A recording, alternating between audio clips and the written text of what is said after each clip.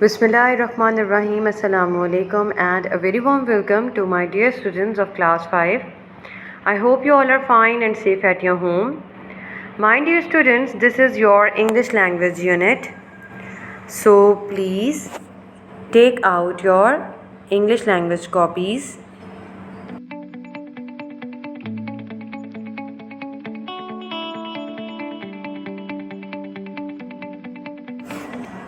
So my dear students, have you taken out the copies? Very good. My dear students, today we are going to continue the previous topic of adjective. As we have already done the reading, explanation and the exercise of adjective in the previous lecture. In today's lecture, I will give you the little bit more introduction about the adjective and its kind. Then we will continue the exercise. Okay, so my dear students, what we have done in the previous lecture, we talk about the adjective. What is adjective? Adjective क्या होता है? Adjective is a word which tell or describes more about noun. ठीक है, adjective क्या होता है? Adjective वो होता है जो हमें नाउन के बारे में मज़ीद एक्सप्लेन करे या प्रोनाउन के बारे में मज़ीद एक्सप्लेन करे, उसको हम एडजेक्टिव कहते हैं. ठीक है, so that is the simple definition of adjective. ठीक है, अच्छा, इसकी मैंने आपको एग्जांपल्स बताई थी. फॉर एग्जांपल, आप यहाँ पर नाउन को और एक्सप्लेन कर रहे हैं तो आप किस तरीके से बताएंगे? An old man. ठीक है, अब इस सेंटेंस में पहले आप सर्च कीजिए व्हाट इज़ द नाउन. तो यहाँ पर नाम क्या है? मैन. मैन आपका क्या होगा? नाउन. अब इस नाउन के बारे में कौन सा लफ्ज़ है जो बहुत एक्सप्लेन कर रहा है? ओल्ड, यानी कि आदमी कैसा है? ओल्ड, यानी कि बूढ़ा. तो ओल्ड यहाँ पर हमारा क्या हो जाएगा? एडजेक्टिव हो जाएगा. This is the example of adjective. Now after the adjective we will talk about the two kinds as we have discussed also in the previous lecture. हमने जैसे कि प्रीवियस लेक्चर में भी दो काइंड्स को डिस्कस किया था. The first kind is interrogative and the another one is emphasizing adjective. अच्छा, अब पहले ये कि emphasizing adjective और interrogative adjective में फ़र्क क्या है. ठीक है, पहली बात फ़र्क ये है कि interrogative जो है वो आपसे सवाल करता है. ठीक है, interrogate का मतलब ही क्या है? पूछ गूछ करना. तो ये जो है इंटरोगेटिव एडजेक्टिव सवाल को जो है इंटीमेट करता है कि इंटरोगेटिव एडजेक्टिव में ज़्यादातर सवाल ही पूछे जाते हैं. और जहाँ तक है बात एम्फसाइजिंग एडजेक्टिव की, तो एम्फसाइजिंग एडजेक्टिव ज़ोर देना, किसी भी काम पर ज़ोर देना. अब क्योंकि ये एडजेक्टिव है तो डेफिनेटली ये नाउन से रिलेटेड होगा, या नाउन के ऊपर ज़ोर देना या नाउन के हवाले से किसी काम पर ज़ोर दिया जा रहा है तो उसको हम कहेंगे emphasising adjective. So my dear student, these were the definition, little bit more explanation about these two types of adjective. ये तो आपका एक छोटा सा explanation मैंने दोबारा दे दिया है ताकि आप उसको रिकॉल कर लें और एक्सरसाइज से पहले आपको आइडिया हो जाए कि इंटेरोगेटिव और एम्फसाइजिंग एडजेक्टिव में फ़र्क क्या है और आपने एक्सरसाइज में इसको कैसे सॉर्ट आउट करना है. ठीक है, यहाँ पर मैं आपको कुछ एग्जांपल्स भी दे रही हूँ एक्सरसाइज से पहले ताकि आप एग्जांपल से और भी ज़्यादा मज़ीद क्लियर कर लें कि एक्चुअली में ये दोनों जो हैं सेंटेंसेस में किस तरीके से वर्क करेंगे. जैसा कि आप देख सकते हैं the picture which is coming in front of you, जो आपके सामने पिक्चर नज़र आ रही है, ये बात करती है इंटरोगेटिव एडजेक्टिव की. ठीक है, ये एग्जांपल के तौर पर मैंने आपको एक पिक्चर के थ्रू पोर्ट्रे किया है कि इंटरोगेटिव एडजेक्टिव होता क्या है. इंटरोगेटिव यानी कि सवाल करना, सवाल यानी कि WH वर्ड्स. ठीक है, जैसे कि व्हाट हो गया, वेयर हो गया, व्हेन हो गया, वाई हो गया. ठीक है, हाउ हो गया. तो ये जो तमाम सवाल या वर्ड्स हैं जिनके थ्रू हम क्वेश्चन को जनरेट करते हैं और इंटरोगेटिव एडजेक्टिव के थ्रू हम अपने क्वेश्चंस के सवालों के जवाब तलाश करते हैं. ठीक है, तो ये हमारा हो गया एक छोटी सी एग्जांपल इंटरोगेटिव एडजेक्टिव की, जिसमें हम इस सेंटेंस को क्रिएट कर रहे हैं व्हाट के साथ. व्हाट डू यू डू, कि तुम क्या करते हो. ठीक है, so that is the sentence of interrogative adjective. Now let's move to emphasising adjective. Emphasising adjective पर अगर हम नज़र डालते हैं, so this is the perfect picture for the explanation. ये जो पिक्चर मैंने आपके सामने स्क्रीन पर आपको दिखाई है, this is the best example. ये बहुत ही ज़्यादा एक बेहतरीन एग्जाम्पल और आसान एग्जाम्पल है एम्फसाइजिंग एडजेक्टिव को समझने के लिए कि एक्चुअल में एम्फसाइजिंग एडजेक्टिव का काम क्या है, इसकी क्यों इतनी इम्पॉर्टेंस है और क्यों ये एडजेक्टिव जो है वो नाउन के लिए इम्पॉर्टेंस रखता है। ठीक है, सो पिक्चर में देखें क्या लिखा हुआ है एम्फसाइजिंग एडजेक्टिव के बारे में। When an adjective sits before noun and forced on, यानी कि ये वो एडजेक्टिव है जो कि नाउन से पहले आता है।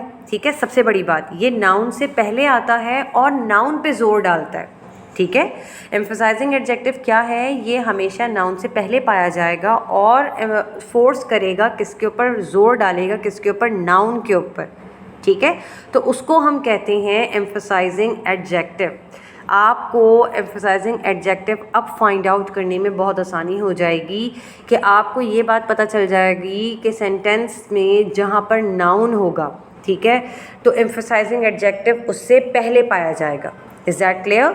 नाउन से पहले हमेशा एम्फसाइजिंग एडजेक्टिव आता है जो कि आपके नाउन के ऊपर फोर्स करता है, यानी कि उसको स्ट्रेस करता है। ठीक है, ये इंपॉर्टेंस देता है, आप ये भी कह सकते हैं। अब अगर पिक्चर के अकॉर्डिंग हम देखें, एग्जाम्पल एक पेन दिया हुआ है, उसमें लिखा है this is the very pen which I want, यानी कि ये वो पहला पेन है जो मुझे चाहिए था।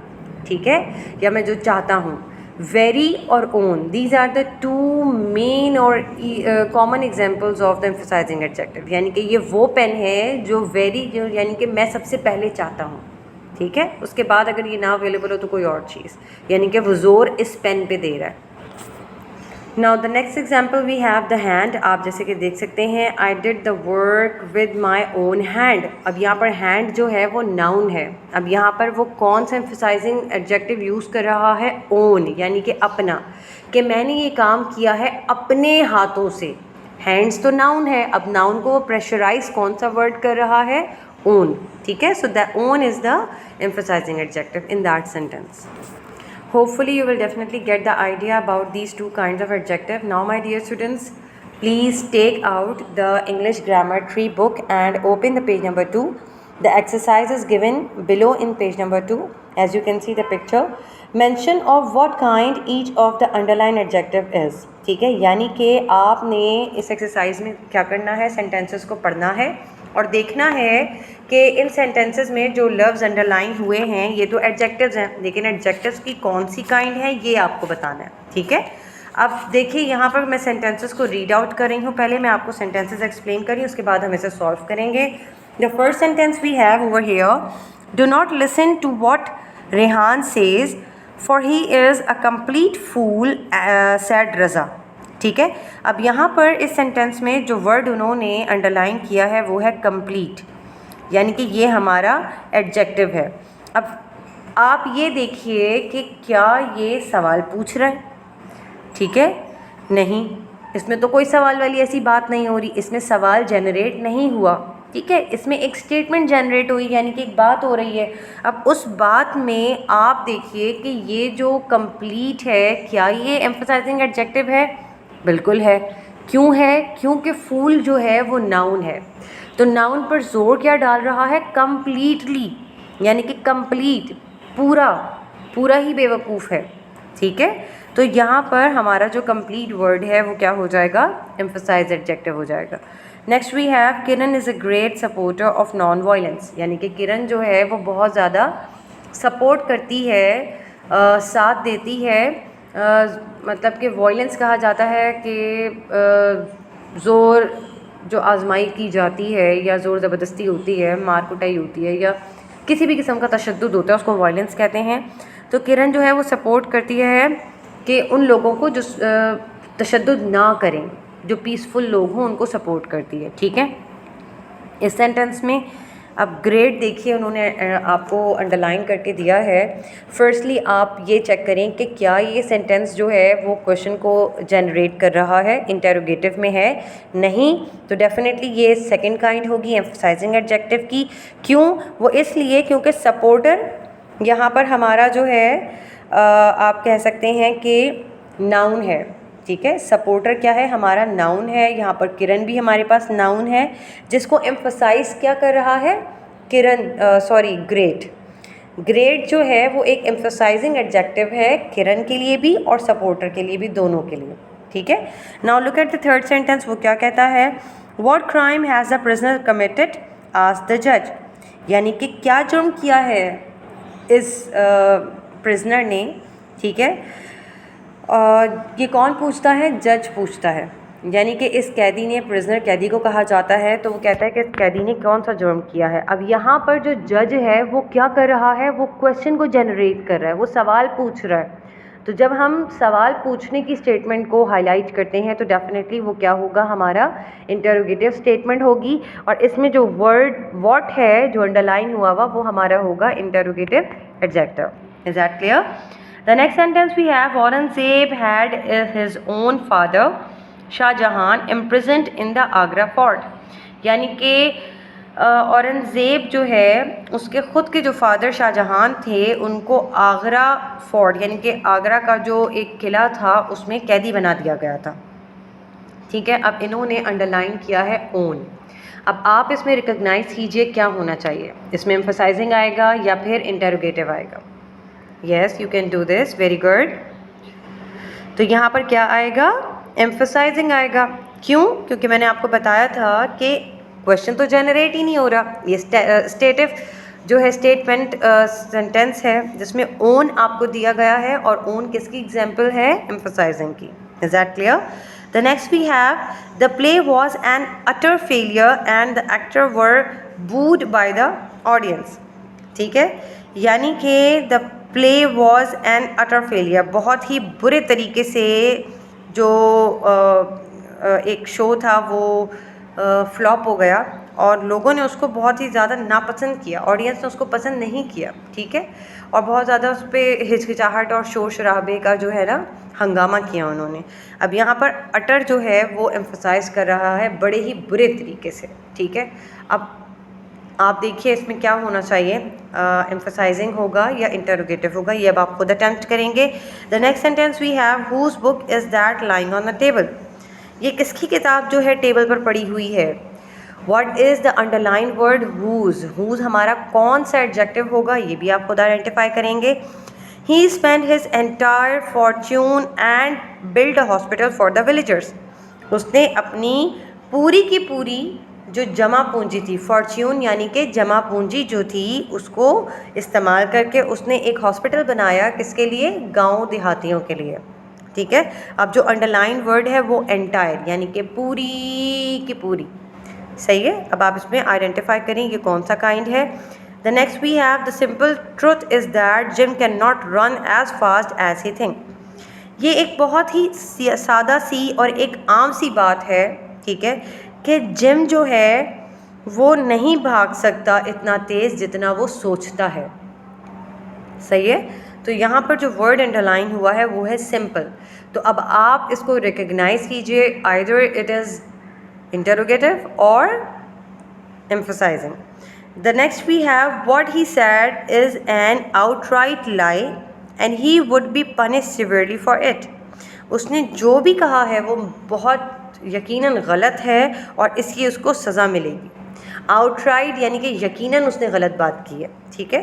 तो अब यहाँ पर आपको खुद आइडेंटिफाई करना है कि आउटराइट, अब यहाँ पर वॉट लगाया हुआ है सेंटेंस में।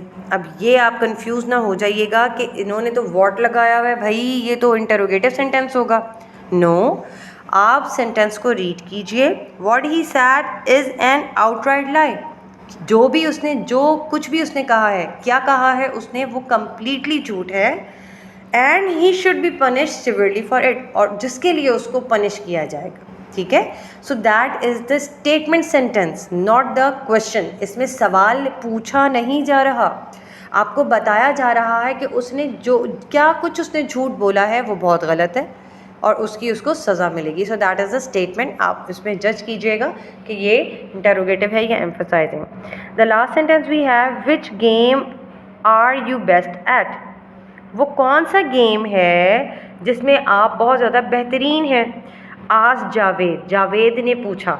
अभी देखिए यहाँ पर सवाल जनरेट हो रहा है, क्वेश्चन जनरेट हो रहा है किसकी तरफ से, जावेद की तरफ से। जावेद पूछ रहा है गेम के हवाले से। So you should understand what kind of sentence और adjective is it. Is that clear? तो यहाँ पर हमारा जो है ये एक एक्सरसाइज है पेज नंबर 2 की, which you have to do it in the language copy.